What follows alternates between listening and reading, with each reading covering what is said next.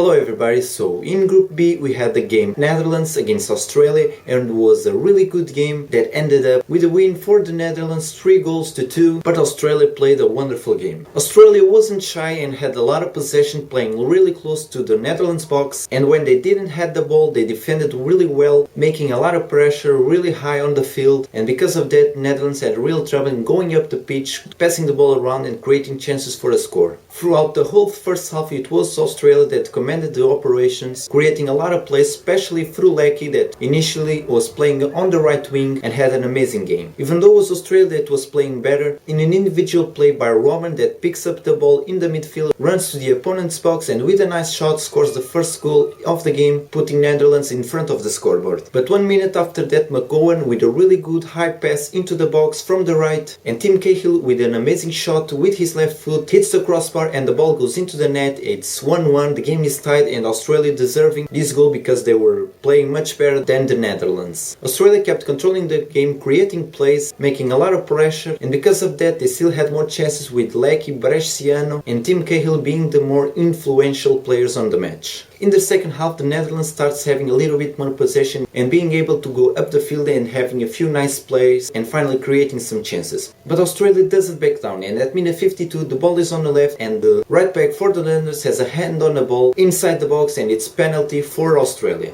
The penalty could be a little bit controversial, but the referee called it and Jedinak has no problems converting and Australia is in front of the scoreboard. Unfortunately for them, just a few moments later the ball is on the left with Schneider that passes to Depay and he passes into the box to Van Persie that scores for the Netherlands. The game is 2-2, it's tied and we have an amazing game on our hands. At this point the Netherlands finally starting dominating the game, especially because both Schneider and Robin are much more active in the game. At minute 67 a mistake by the Netherlands defender and Australia almost scores, but unfortunately for them Lecky can put the ball into the net. Immediately after that Netherlands has the ball with Depay with the ball, he shoots and a mistake by the Australian goalkeeper that lets the ball go into the net and it's 3-2 for the Netherlands. They are in the front of the scoreboard. For the final minutes the Netherlands dominated the game, even though from time to time Australia went up the field in fast breaks trying to create a few chances, but unfortunately for them they weren't able to score. The game ends up with a victory for the Netherlands, even though I think Australia played good enough in order to at least get 1 point from this game, but the Dutch efficiency didn't allow them to do that. There were a few players that had a really good game. For Australia, Tim Cahill had a really solid performance. Bresciano, especially in the first half,